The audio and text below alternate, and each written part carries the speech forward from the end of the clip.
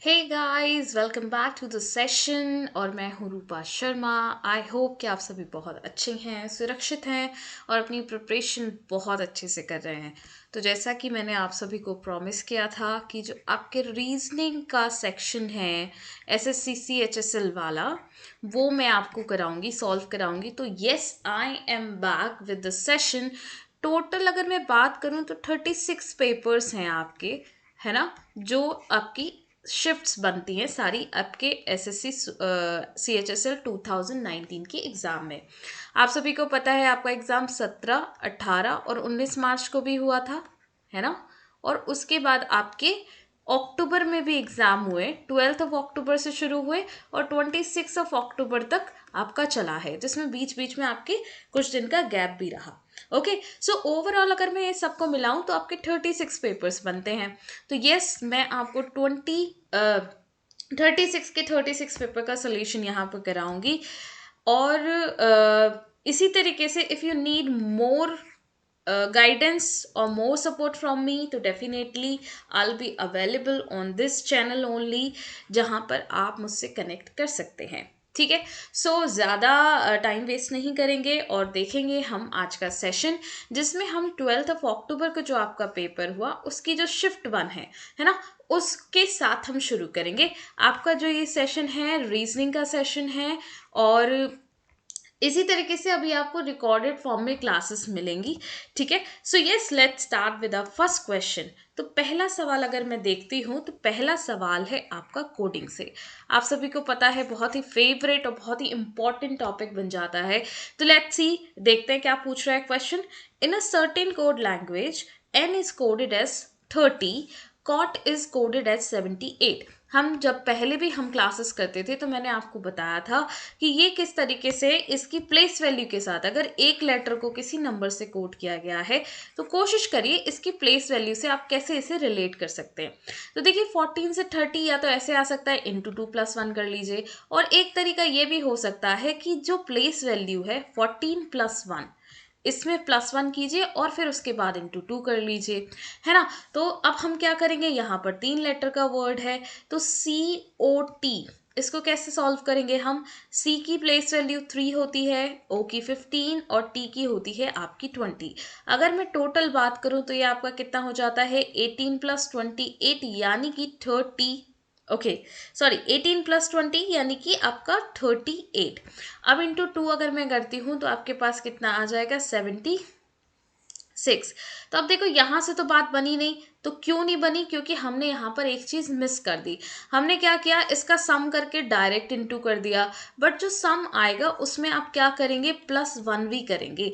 तो जब +1 करेंगे तो वैल्यू क्या बन जाएगी, 39। और 39 इंटू 2 करेंगे तो क्या आंसर आ जाएगा, 78। तो 78 यहाँ पर आ रहा है। उसी तरीके से अब आप क्या करेंगे, पेट को कोड करेंगे। तो देखिए पेट में क्या है, 16+5+20, यही होती है प्लेस वैल्यूज हर एक लेटर की।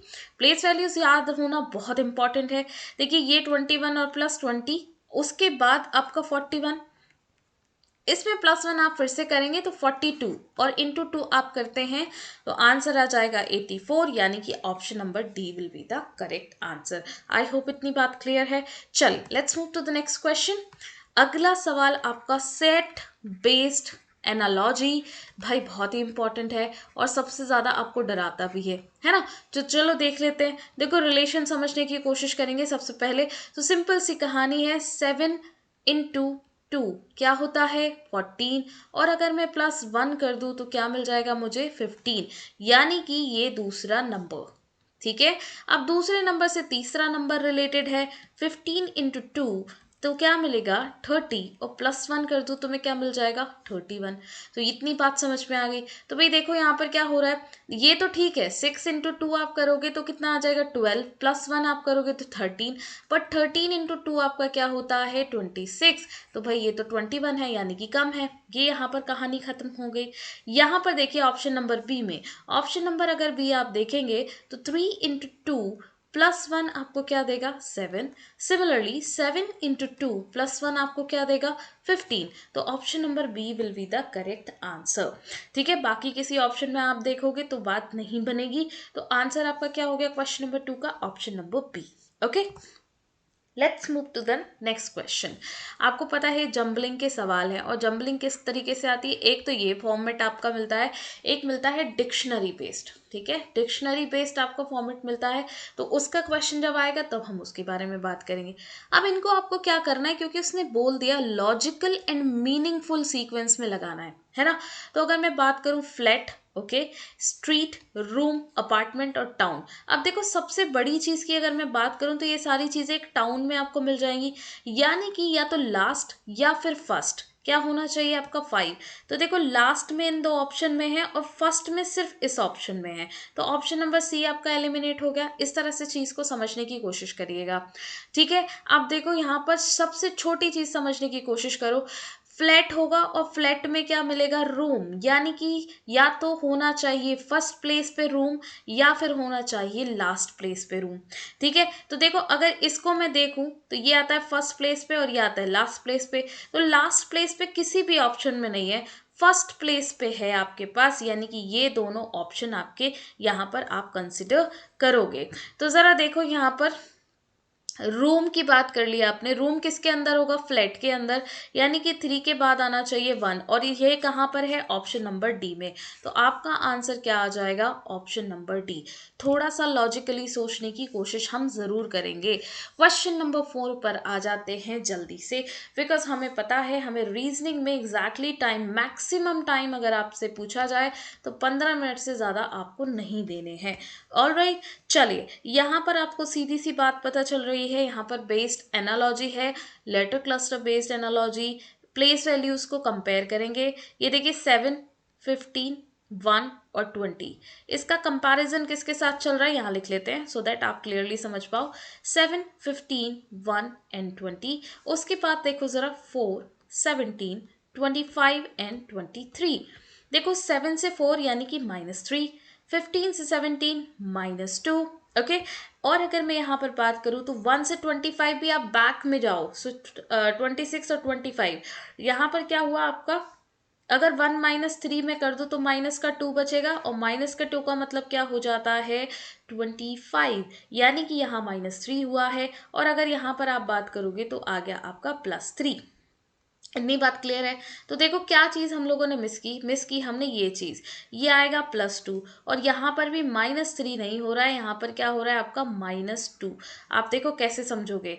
अगर मैं यहाँ पर बात करूँ ए से मुझे ए की प्लेस यानी कि Z शिफ्ट करना है, उसके बाद मैं बाई पर आऊँगी, यानी कि 1 में से मैं सिर्फ क्या कर रही हूँ यहाँ पर -2 ही कर रही हूँ, है ना। 1 -2 आपको क्या देगा, -1, और -1 + 26 आप करोगे तो क्या बन जाएगा, 25। तो अब आप कहेंगे मैम आपने तो घुमा दिया, है ना। तो ऐसे ही कंफ्यूजन आप लोगों की दूर होगी, क्योंकि मोस्ट प्रोबेबली ये वाली जो हमने यहाँ पर प्रोसेस करी थी, ये काफ़ी सारे स्टूडेंट ऐसी गलती करके आते हैं। तो तो क्या प्रोसेस चल रही है, -3, एक बार फ्रेश यहाँ पर देख लेते हैं। देखो यहाँ पर हो रहा है आपका -3, उसके बाद आपका +2, है ना, फिर -2 और फिर +3। इसी तरीके से यहाँ पर देखो टीम, यानी कि 20 - 3 आप करेंगे तो 17 आएगा, यानी कि क्यू। तो क्यू कहाँ पर है, only option number C, already answer भी आपको दे रखा है। क्लियर इतनी बात। अगला क्वेश्चन आ जाइए, क्वेश्चन नंबर 5। यहाँ पर बात हो रही है ऑड वन आउट की, आपको पता करना है कौन सा ऑड वन है। देखिए नी, चिप या फिर ब्लीट, ये क्या है, sound of the animals, sound of animals और वर्ड्स। ठीक है, बट फ्रिस्क की अगर बात करें तो ये एक तरह से एक्टिविटी है, साउंड नहीं है, तो यही आपका ऑड वन बन जाएगा। अगले सवाल पर आ जाते हैं। देखिए रीजनिंग बहुत ज़्यादा टफ नहीं आती है CHSL में, कुछ ही क्वेश्चन है जो आपको ट्रबल किए होंगे, तो वो आप देख लीजिएगा। वर्क का जूल से रिलेशन दिया है, तो जो कार्य है हिंदी में बात करेंगे, इसका यूनिट, इसकी इकाई क्या होती है, जूल, यानी कि इसे जूल में नापा जाता है। उसी तरीके से एरिया की अगर मैं बात करूं, एरिया का मतलब है क्षेत्रफल हिंदी में, और क्षेत्रफल को किस में नापते हैं हम, हेक्टेयर में।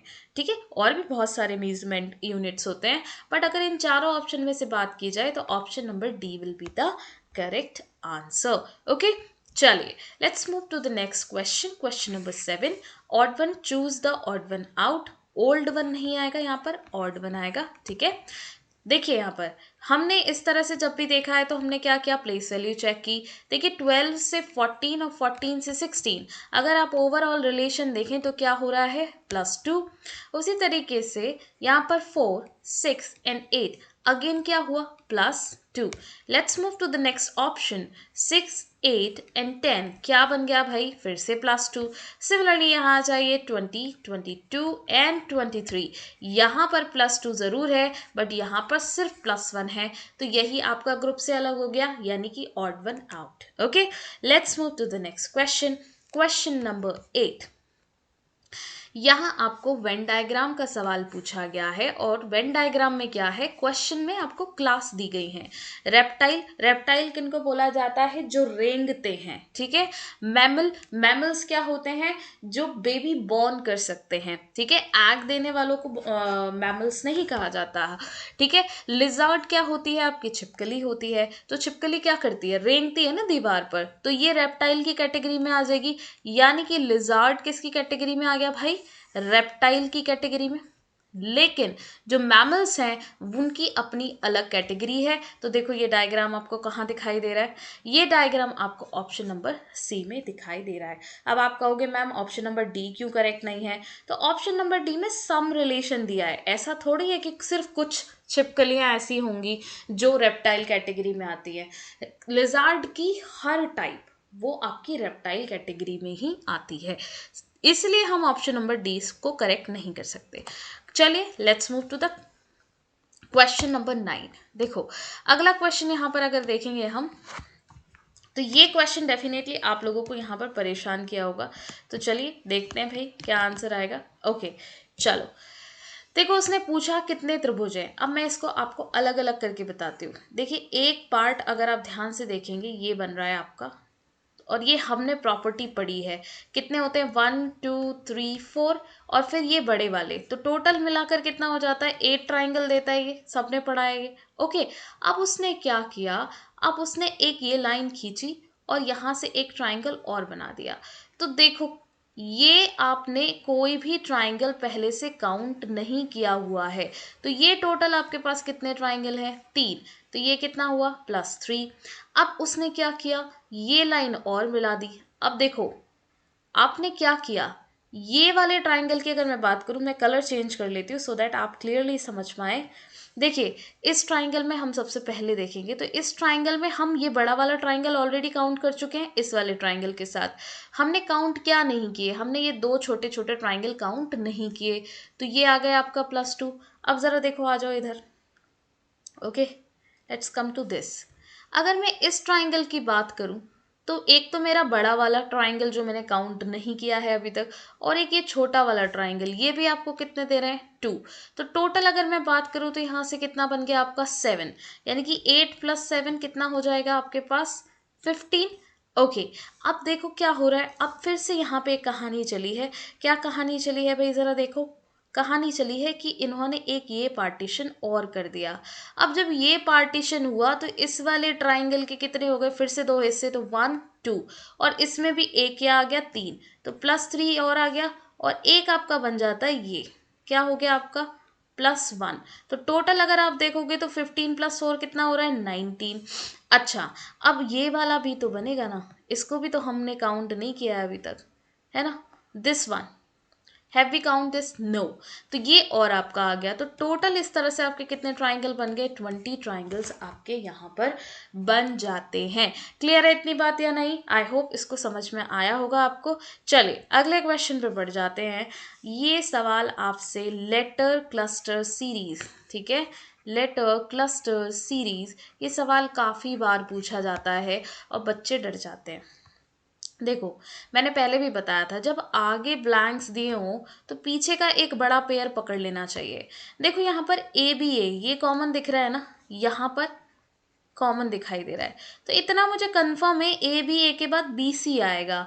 तो बी कहाँ है सबसे पहले ऑप्शन में, सी को छोड़ दीजिए, ए को छोड़ दीजिए, बी ये आ गया आपका। ABC बिल्कुल इसके जैसा बना कि नहीं बना। उसके बाद लास्ट में CD आएगा, ये भी 100% है। लास्ट में CD इसमें भी है, लास्ट में CD इसमें भी है। अब मुझे तय करना है कि इन दोनों के बीच में क्या बनने वाला है।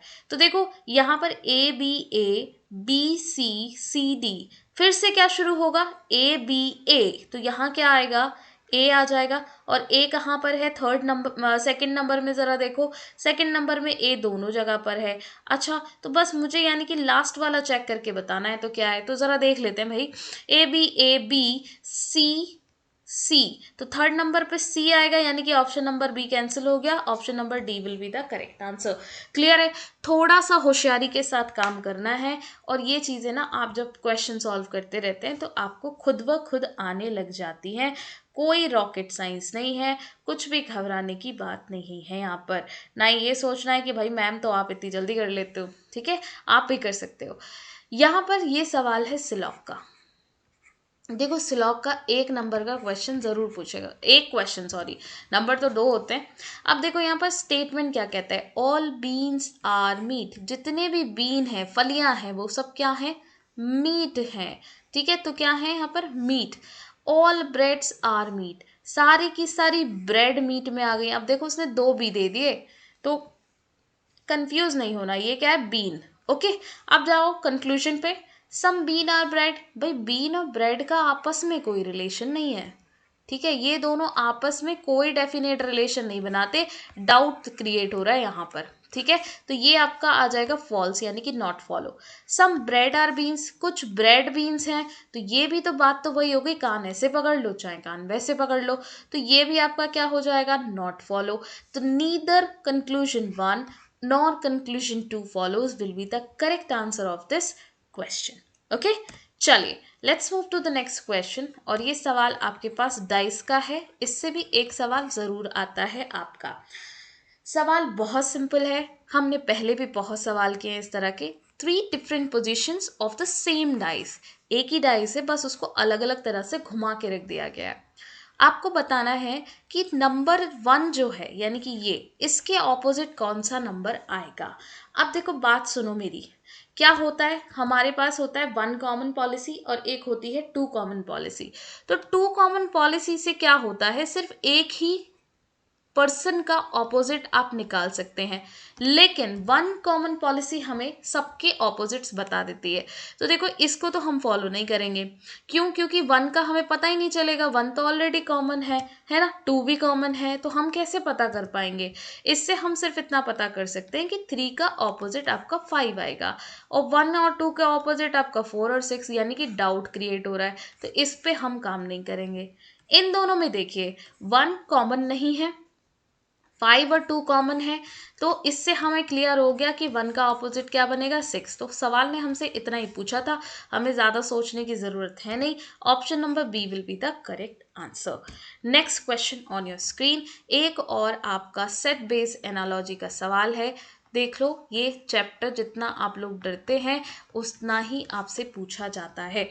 जो कहते हैं ना, जिस चीज़ से जितना भागो उतनी चीज़ दौड़ के आती है, ऐसा ही कुछ है। तो you need to do one thing की प्रैक्टिस इनकी करते रहिए।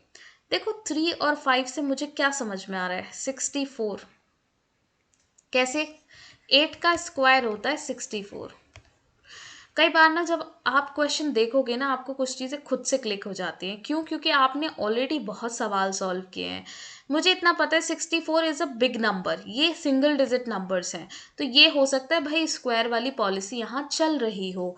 8 का स्क्वायर 64 होता है, इसमें +4 अगर मैं कर दूँ तो क्या बन जाएगा, 68। अब क्या आप कहोगे, मैम 64 तो समझ में आता है, 3 और 5 का सम कर देंगे और उसका स्क्वायर तो 64 बन जाएगा, है ना। लेकिन ये 4 कहाँ से आया, तो देखो 3 और 5 का डिफरेंस जो आएगा वो आएगा आपका 2, और 2 का स्क्वायर क्या होता है, 4। अब ये लॉजिक क्वेश्चन में कैसे काम करेगा, पहले ऑप्शन से देख लेते हैं। देखो 2 + 1 कितना हो जाएगा, 3। 3 का स्क्वायर कितना बनेगा, 9। ओके, अच्छा, अब 2 और 1 का डिफरेंस कितना बनेगा, 1। 1 का स्क्वायर कितना बनेगा, 1।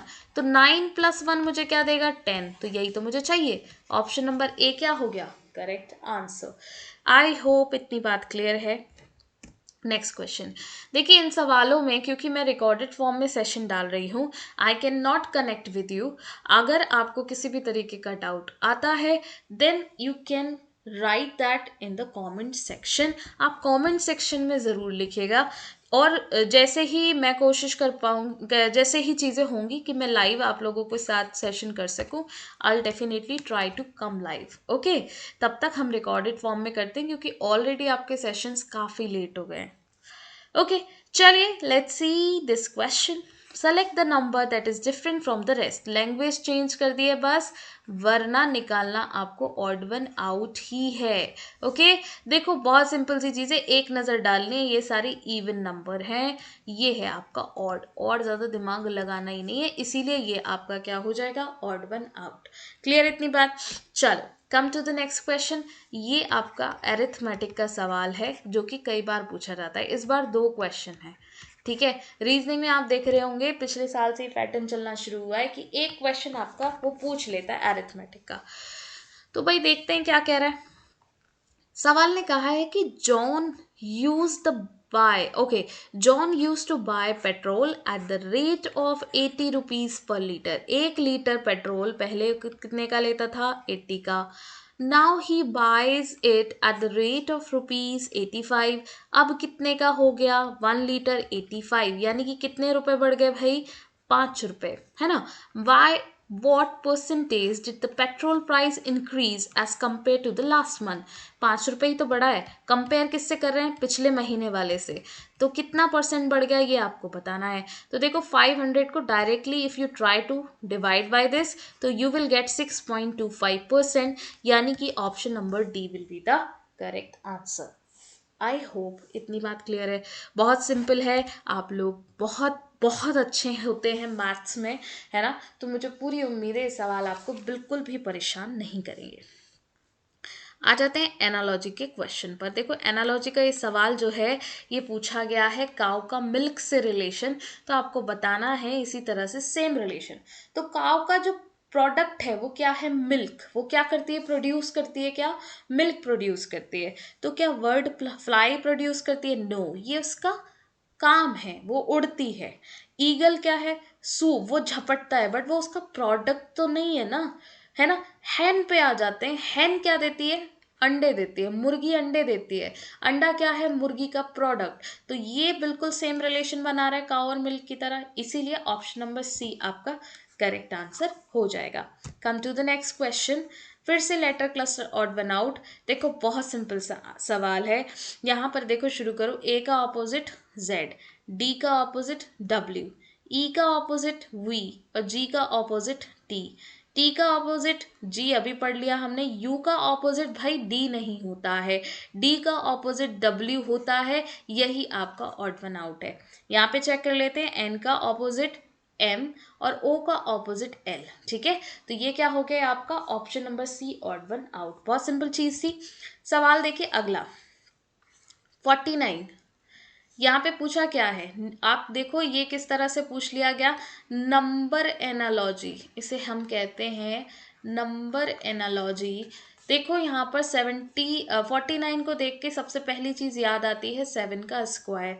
अब मैं 7 कैसे लेके आऊँ, तो कोई बात नहीं, मैं पहले नंबर में से 1 माइनस कर देती हूँ तो मुझे 7 मिल जाएगा। अब मुझे इसी तरह से ऑप्शंस चेक करने हैं। देखो ऑप्शन नंबर ए में 12 माइनस 1 कितना होता है, 11, और 11 का स्क्वायर होता है 121, यानी कि मेरे लिए ऑप्शन नंबर ए क्या हो गया, करेक्ट। बाकी अगर देखोगे तो यहाँ पर 12 का स्क्वायर क्या होना चाहिए था, 144, जो कि नहीं है। यहाँ अगर आप देखेंगे तो 8 का स्क्वायर 64, ये भी नहीं है। 14 का स्क्वायर होता है 196, that is also not here. तो ऑप्शन नंबर ए यहाँ पर फुल प्रूफ आप कह सकते हैं करेक्ट आंसर हो जाएगा। और बहुत ही मज़ेदार सवाल, मैथमेटिकल ऑपरेशन, ठीक है। यहाँ पर देखिएगा क्या आंसर आएगा। देखो मैंने आपको हमेशा बताया है कि डिवीजन के साइन पे सबसे पहले नज़र गड़ाया करो।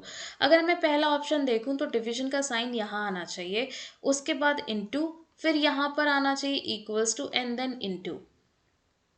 अब इक्वल टू के दोनों साइड आपको सॉल्व करनी है इक्वेशन।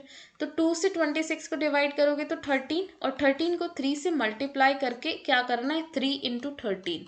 यहाँ पर भी तो यही आएगा, तो भाई रिजल्ट दोनों सेम आएंगे।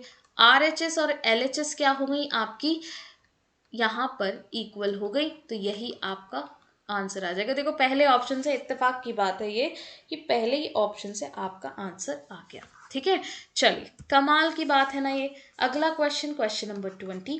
क्वेश्चन नंबर 20 आपको पूछ रहा है फिगर सीरीज। देखो ध्यान से देखना इस सीरीज को। एक स्क्वायर था, उसके अंदर ट्राइंगल था। दूसरे पार्ट में अचानक से देखोगे स्क्वायर का एक यहाँ पर पार्ट गायब है। ठीक है, और वो कहाँ चली गई, ये ट्राइंगल से क्या बन गया भाई, पहले 3 भुजाएं थी अब 4 भुजाएं हो गई, यानी कि आप कह सकते हो स्क्वायर बन गया। यहाँ पे फिर क्या हुआ, स्क्वायर का एक पार्ट गायब हो गया और अंदर वाली जो फिगर है उसमें एक लाइन बढ़ गई, यानी कि 3 से वो 4 हुए, 4 से अब क्या हो गए यहाँ पर 5 हो गए भाई, यहाँ पर 6 हो गए और एक लाइन और गायब हो गई। तो इतनी बात मुझे समझ में आ गई कि बाहर की आउटर फिगर जो है उसका एक लाइन गायब हो रहा है और अंदर वाली फिगर में उसको ऐड किया जा रहा है, यानी कि अंदर वाली फिगर में अब जो प्रोडक्ट बनेगा नंबर 5, उसमें 7 लाइन्स होनी चाहिए, 1 2 3 4 5 6 7, और ये वाली लाइन क्या हो जाएगी, गायब। तो yes, option number A will be the correct answer. ये इसलिए नहीं हो सकता 1 2 3 4 5 6, 6 ही रह गए तो ये नहीं पॉसिबल है, यहाँ तो 4 ही रह गए ये भी नहीं पॉसिबल, और 3 तो पॉसिबल होगा ही नहीं। ठीक, नेक्स्ट क्वेश्चन, क्वेश्चन नंबर 21। मैंने कहा था एरिथमेटिक के 2 क्वेश्चन हैं। देखो उसने क्या किया है, दिशा और प्रतिमा के बीच का रेशो दे दिया है 7:15, और एक लाइन बोल दी कि जो दिशा की सैलरी है वो 3,000 रुपये ज़्यादा है प्रतिमा की सैलरी से। तो ऑलरेडी रेशो भी अगर देखोगे तो जो दिशा का रेशो है वो 2 ज़्यादा है किससे, प्रतिमा से। तो मैं कह सकती हूँ जो 2 रेशो है वो किसके बराबर हो गया, 3,000 के बराबर। तो यहाँ से अगर मैं मान लूँ ये 2x है, 17x और 15x, बहुत बेसिक तरह से सॉल्व करेंगे तो 3,000 डिवाइडेड बाई 2, और मुझे निकालना किसका है, तो what is the salary of Pratima, तो प्रतिमा का रेशो है 15। तो देखो यहाँ पर 1500 आ जाएगा, और 15 इंटू 15 कितना होता है, 225, 2 जीरो और लगा दीजिए, यानी कि 22,500 रुपये क्या हो जाएगी, सैलरी हो जाएगी किसकी, प्रतिमा की। भाई अच्छे खासे पैसे कमा लेती है लड़की, है ना। चलो अगला सवाल, question number 22। This is one more coding question. तो कोडिंग की आपने वेटेज देख ली कितनी है, 2। ठीक है, चलो यानी कि 2 सवाल पूछे गए हैं। देखो ब्राउज को लिख लेते हैं हम यहाँ पर सीधे सीधे। प्लेस वैल्यूज लिखेंगे 2, 18, 15, 23, 19 एंड 5। ठीक है, क्लियर इतनी बात। एक काम करती हूँ मैं, लेटर के नीचे ही रखती हूँ प्लेस वैल्यू, ताकि किसी भी स्टूडेंट को कोई कंफ्यूजन ना हो। ओके, सो ये B है, this is R, this is O, then W and this is S and E। उसको कोड कैसे किया गया, 7 यानी कि G, उसके बाद 21 यानी कि U, उसके बाद 25 यानी कि Y, देन 17 यानी कि Q, T is 20 and D is 4, this is it. देखो यहाँ से क्या हुआ, +1, यहाँ से क्या हुआ, +1। ओके, ये यहाँ पर आ गई बात, लेकिन यहाँ पर आके बात थोड़ी सी गड़बड़ा गई, और सिमिलरली यहाँ पर भी गड़बड़ा गई। तो मैं क्या करने वाली हूँ अब मैं कॉर्नर्स में चेक करूँगी। आपको बताया होगा मैंने पहले भी कि जब भी इस तरह से चीज़ें हों तो आपको क्या करना है, फिर जंबलिंग में चेक करना है। मैंने पहले भी बताई हुई है ये चीज़, अगर आपको ध्यान है तो। ठीक है, कोई बात नहीं, अगर नहीं ध्यान है तो फिर ध्यान से समझ लेना मैं क्या बता रही हूँ अभी। चलो, अगर हमने सीधे सीधे रिलेशन नहीं समझ में आ रहा है तो हम क्रॉस चेक करेंगे। ये देखो क्रॉस गया तो कितना आया, +2, ऊपर से नीचे की तरफ देख रहे हैं। उसके बाद फिर यहाँ पर देखिए +2, देन 19 से 21 अगेन +2, 18 से 20 +2, 23 से 25 +2 एंड 15 से 17 अगेन +2। तो यहाँ 2 चीज़ें हो सकती हैं, या तो आप क्या करिए, रिवर्स ऑर्डर में लिखिए। तो अमेलगम को लिखेंगे तो MAGLAMA ये बन जाएगा, यानी कि M में +2 आप करोगे तो कितना बनेगा भाई, 15 बन जाएगा, यानी कि O आना चाहिए। Option number B will be the correct answer. ये बहुत छोटी सी चीज़ है और कोई बहुत बड़ा लॉजिक यहाँ नहीं लग रहा है, ठीक है। सॉरी। यहाँ देखिए पेपर कटिंग फोल्डिंग का, तो आपको बताया है, देखो ये आप ध्यान देख रहे हो यहाँ पर सेंटर, यानी कि बीच में जो कटिंग लगी है ये चारों तरफ आपको दिखाई देगी। तो देखो चारों तरफ, एक तो इसमें दिख रही है, एक दिख रही है इसमें, और एक यहाँ पर, तो ये ऑप्शन नंबर आपका कैंसिल।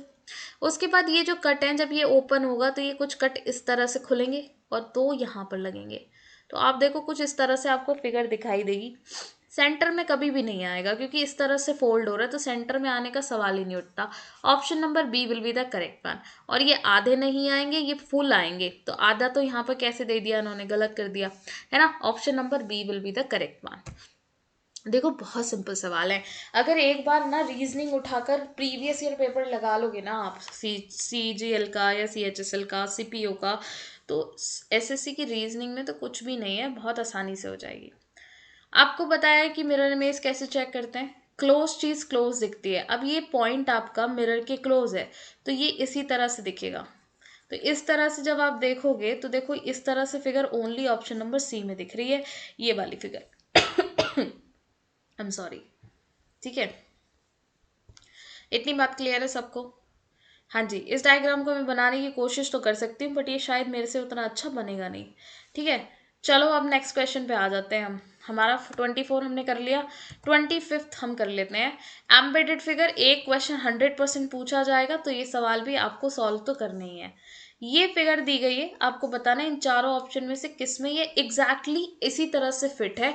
क्यों? क्योंकि कंडीशन है rotation of the figure is not allowed, यानी कि आप इस फिगर को ऐसे कहीं घुमा घुमा के नहीं रख सकते, इसी पोजीशन में ऐसे ही आपको फिट करना है। तो देखो इसमें तो कहीं से कहीं तक नहीं आएगा, इसमें देखो, तो इसमें देखो ये वाला पार्ट, ये जो पार्ट है ना, ये यहाँ से यहाँ तक, ये एग्जैक्टली वही है जो हम देख रहे हैं क्वेश्चन फिगर में। तो yes, option number B will be the correct answer. तो yes students, thank you so much for this session, ठीक है। आप लोग को आई होप ये सेशन समझ में आया होगा, फीडबैक ज़रूर दीजिएगा। वैसे मैं बस यहाँ पर अपना प्रॉमिस रख रही हूँ, क्योंकि मैंने आप लोगों से प्रॉमिस किया था रीजनिंग में आपको करा दूंगी, नो मैटर मैं कहीं भी हूँ, ठीक है। सो यस, अगर आपको सेशन पसंद आ रहा है तो अपने साथ के स्टूडेंट्स को बस बता देना, क्योंकि बहुत सारे स्टूडेंट्स हैं जो मुझसे डायरेक्टली कनेक्टेड नहीं हैं, अगर उनको ये सेशंस की रिक्वायरमेंट है, बिकॉज बहुत सारे स्टूडेंट्स बोलते हैं कि मैम रीजनिंग का सोल्यूशन करा दो, तो उन तक ये बात पहुंच जानी चाहिए, है ना। ओके, बाकी कोई दिक्कत ही नहीं है ना। आप लोगों का ये प्रॉमिस तो मुझे कंप्लीट करना ही है, बाकी देखेंगे जैसा होगा, है ना। चलो फिर मिलेंगे दूसरे सेशन में, इसी तरह से अभी अपलोड करूंगी मैं रिकॉर्डेड फॉर्म में, जब लाइव सेशन कभी करना होगा then I will tell you, मैं पहले आपको बता दूंगी। Okay, so thank you so much students and all the best.